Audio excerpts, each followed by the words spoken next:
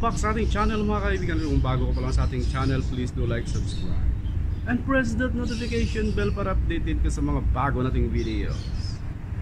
Well mga kapatid, apat na araw na lang mga kaibigan, it's fight day na naman. Jonto Nakatani versus Vincent Astrolabio, WBC Bantamweight Division mga.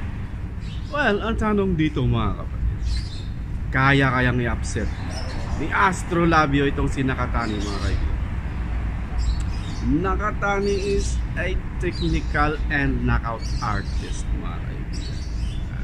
Well, ito namang si Astrolabio, marami na rin experience ito mga kapatid. So lumaban na rin ito sa mga world class fighter. Baka kaya niyang i-upset itong si Nakatani. Well, siyempre support natin si Astrolabio. Pilipino yan. Ang maganda dyan mga kaibigan is suportahan natin ating kababayan.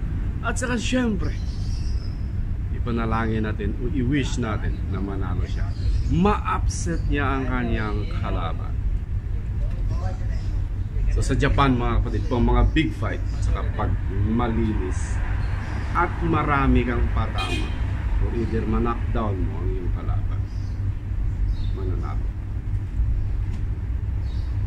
Sa mga big fight, walang lutuan sa Japan. Kapag nag-perform ka ng maganda, nagpakita ka ng angas sa iyong performance, mananalo.